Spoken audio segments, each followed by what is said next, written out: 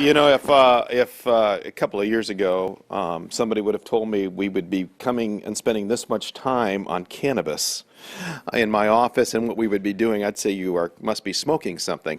But the reality is, it became very clear to us over the last couple of years that this is an industry that we've got to figure out how to deal with, how to make it legitimate, how to help them in that process.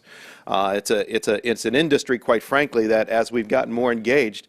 I mean, I was in the legislature for 12 years as this was being talked about, and it never really got very far. And so it's fascinating to me that we are able to get this much interest right now in seriousness in regards to how to deal with this, deal with the issue. Clearly, the banking is a huge hurdle. We've met with folks from the FBI, the DEA, the U.S. Attorney's Office in terms of the challenges that we have with the aspect of cash and banking in the industry. You know, we end up with an issue obviously on the cash side because it's really difficult on the tax side to do our audits, to do the kinds of things we typically would do to follow through to make sure somebody is properly paying their taxes.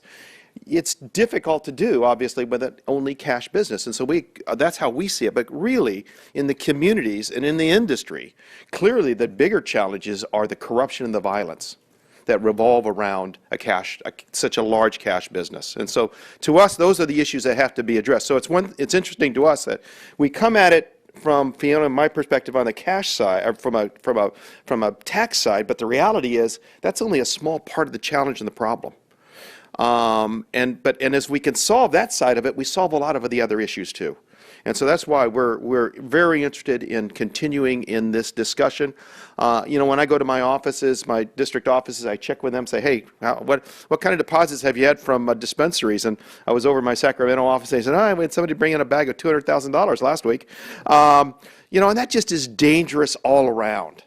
And so we need to be able to do that. We need to figure out how to do it well and do it better. So I'm especially appreciative of the leadership that Member Ma is giving this topic. I'm appreciative of the leadership that Assembly Member Wood and others are giving in this issue right now, and seeing bills seriously looked at in regards to this industry. So we're glad to be a part of this. We're anxious to see what solutions we can find, and we're glad that you are all participating with us today. Thank you.